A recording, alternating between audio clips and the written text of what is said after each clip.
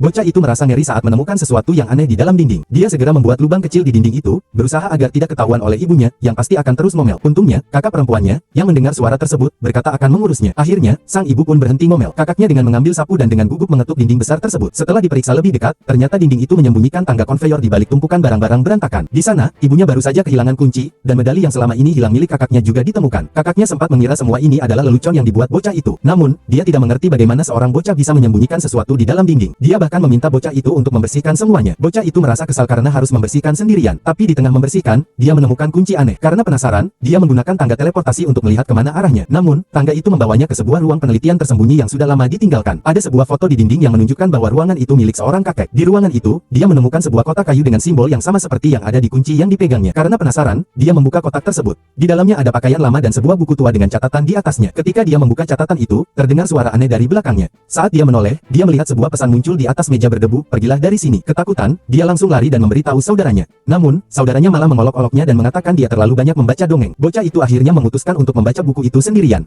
Tapi ada peringatan di catatan tersebut yang menyuruhnya agar tidak membuka buku itu, karena akan membawa bencana. Meski begitu, dia mengabaikan peringatan tersebut dan tetap membukanya. Begitu buku itu dibuka, terdengar suara aneh di sekitarnya. Dia menoleh ke belakang dan melihat marmut peliharaannya entah bagaimana bisa masuk ke bawah selimut. Namun, dia tidak menyadari bahwa ada sesuatu yang sedang mengawasinya. Merasa takut, dia bersembunyi di dalam laci meja kecil di samping tempat tidurnya dan mulai membaca buku itu. Ternyata,